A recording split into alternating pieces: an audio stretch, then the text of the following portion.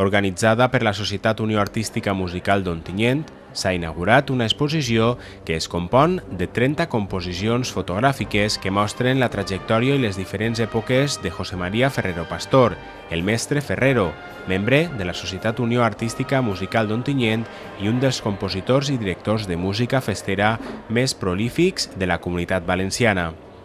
A l'acte d'inauguració han assistit la viuda del mestre Ferrero, els fills i altres familiars, a més de la presidenta de la SUAMO, Trini Belda, el president de la Societat de Festers, Toni Morales, i l'alcalde d'Ontinyent, Jorge Rodríguez, entre d'altres autoritats. Entendre la història d'Ontinyent deslligada de la història dels moros i cristians és pràcticament impossible, perquè la festa està en la pròpia essència de l'ontinyentí. Per tant, com que la contribució del mestre Ferrero a la festa és tan essencial, jo considero que és impossible entendre la història d'Ontinyent sense la història del mestre.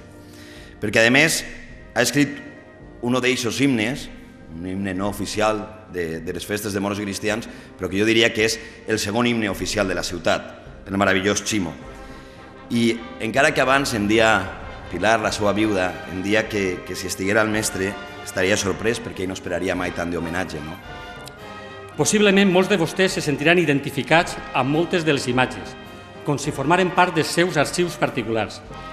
I és perquè amb aquestes fotografies es vindran a la ment llocs i personatges que formen part de la memòria col·lectiva d'un poble. Perquè la història del mestre és en certa manera la història d'Ontinyent, la d'un Ontinyent del segle XX que se'ns va anar però que segueix viu en la memòria de tots nosaltres. Aquesta mostra està dins dels actes commemoratius del 25 aniversari de la mort de José María Ferrero.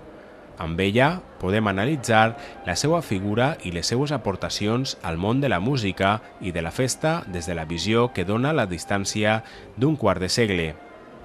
En aquesta selecció podem veure al llarg dels 60 anys de vida del mestre Ferrero diferents moments de les seues vivències amb la família, amics, música o festa. L'exposició pot visitar-se fins al pròxim 29 de juliol, de dimarts a divendres de 6 de la vesprada a 9 de la nit i dissabtes, diumenges i festius de 12 a 2 del migdia i de 6 de la vesprada a 9 de la nit.